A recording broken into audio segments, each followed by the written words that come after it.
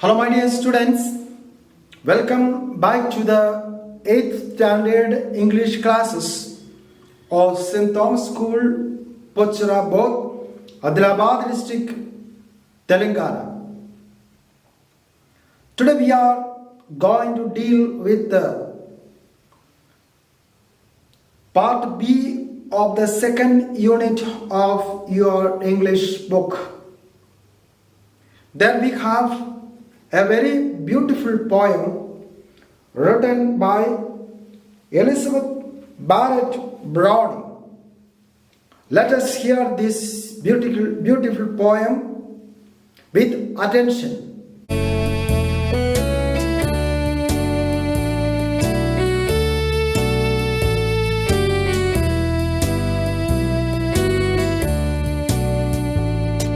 For oh, say the children, we are weary, and we cannot run or leap.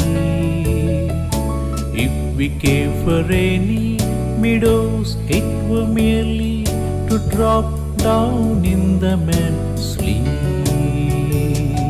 Our knees tremble sorely in the stooping. We fall upon our faces, trying to go. And underneath the heavy eyelids drooping, the reddest flower would look as pale as snow. For all day we drag our burden tiring through the cold dark underground. All day we drive the wheels are iron in the factories round and round.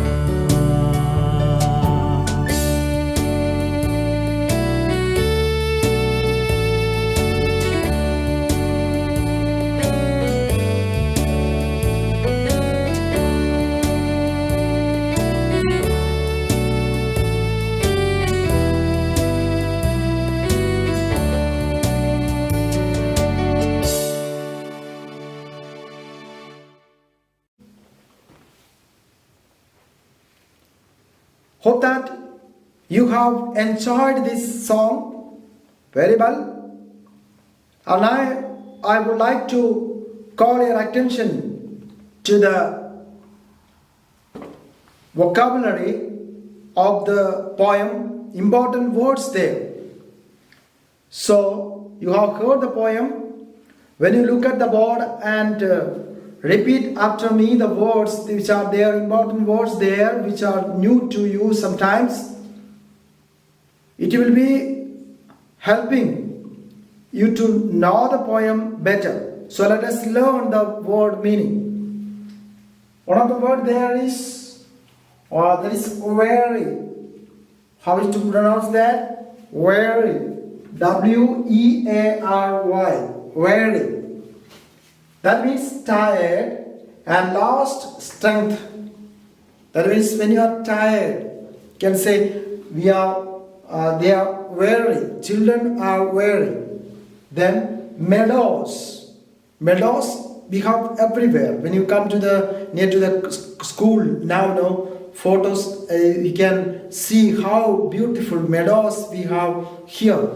We have lot of meadows here. That is land that is covered with grass. Around the school we have. And maybe near to your village or your house, there may be meadows. Meadows means land that is covered with grass. Then another word here is merely. So what do you mean by merely? Merely means only. Then sorely. Sorely means in a painful manner. In a painful manner.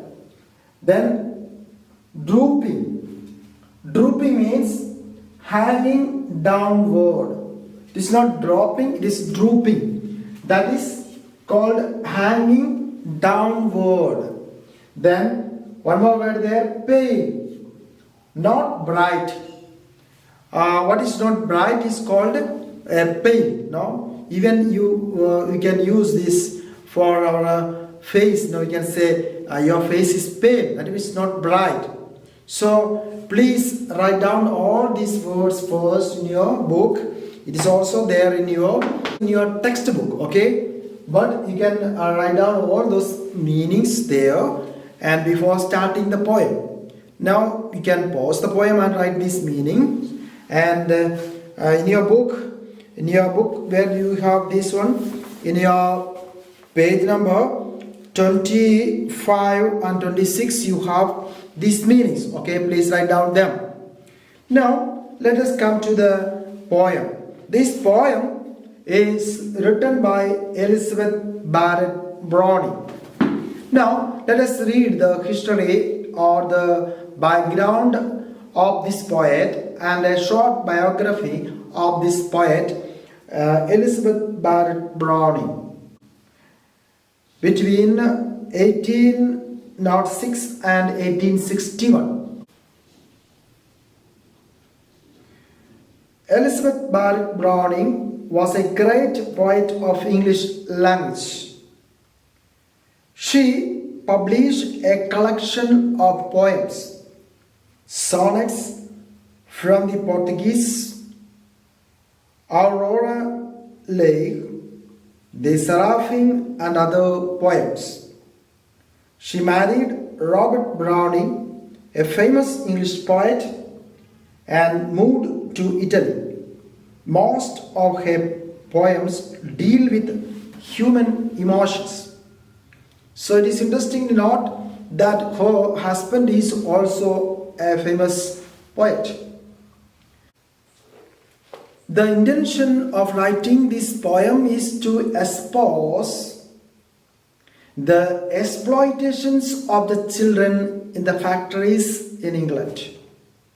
So how these children are denied of their rights to study, rights to play, and their rights to get education. All these things, when they are denied, the poet is writing this poem to expose, to show the world the misery of the children. So let us hear the poem once more with this idea in mind.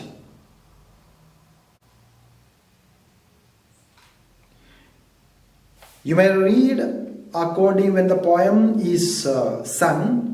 You can also go together with the poem, reading the entire poem once again. We have only two paragraphs.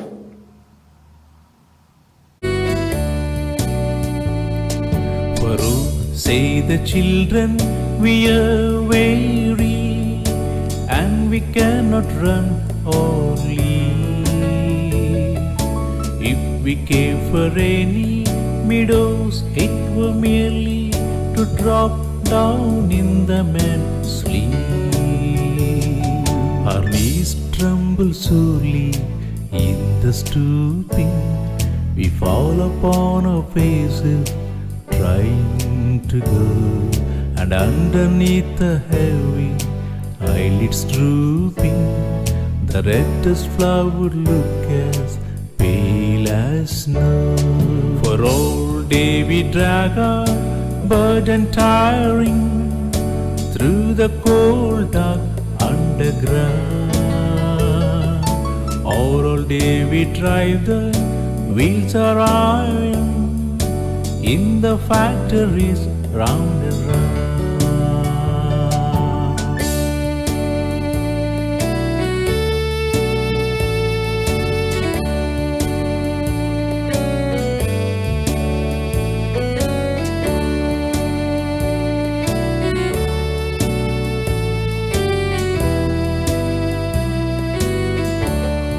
So Elizabeth Barrett Browning reserves her sentiments for the children who are made to work in factories and hence had to part away with their childhood, and they are deprived of all those things that other children can do. The children, those who are working in the mines or in the factories, they are deprived or denied of all the good things that the other children of their age are having. So children could play, children could study, children could be with their parents or visit their grandparents or make some interesting things in their lives or something of creativity. Everything is denied for them because they are compelled to work in the factories. Now the first part, we have the sentiments and the feelings of the children well depicted. For oh, says the children, we are weary and we cannot run or leap. If we cared any meadows, it were merely to drop down in them and sleep. So they are saying, we are weary, we are tired, and we cannot run or leap. They are so tired, so they cannot leap. That means to jump, no? They cannot jump or run because they are so tired. And if we cared for any meadows, it were merely to drop down in them and sleep. They say, if they find some meadows or land filled with the grass, they could immediately fall into sleep because they are so tired. They want to go to meadows to sleep and take rest. They would like to have rest because they are so tired. Our knees tremble sorely in the stooping. So we fall upon our faces trying to go. And underneath our heavy eyelids drooping, the reddest flower would look as pale as snow. So our knees tremble sorely in the stooping. So when they walk, their knees are paining sorely. That means in a painful manner. It is so much of pain because they have to walk a lot, walking throughout the day. So their knees are paining and they cannot walk. We fall upon our faces trying to go and they are tired. Sometimes they fall down. Sometimes they fall down on the ground. They say that their knees tremble and the eyelids drop as they are tired very much with work. So what? Their eyes are filled with tears. The reddest flower would look as pale as snow. Even if they see a beautiful flower, they cannot enjoy it. Because of the tears coming out of their eyes, they see them as something pale as snow. Because the beauty of that rose or the flower they cannot enjoy at all because they are so tired.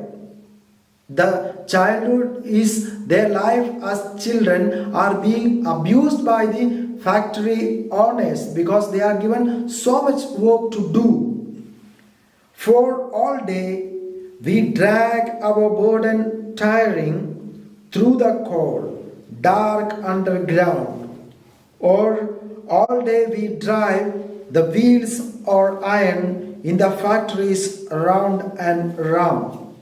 So what is happening then? Even the energetic children also look tired as they are carrying loads all the day in the coal mines and drive the wheels in the factories. So a lot of works they have to do. What are things that they are doing? They are to drag our burden tiring through the cold, dark underground. There is no light sufficient or no air passing but it is under the ground, the coal mines. They have to work hard, and all day we drive the wheels of iron. They have to carry the coals to outside. It's not like modern days we have the vehicles go inside, or some machines take the coal from inside to outside. It was more difficult, more delicate things, more delicate thing at that time. The children were used to do that.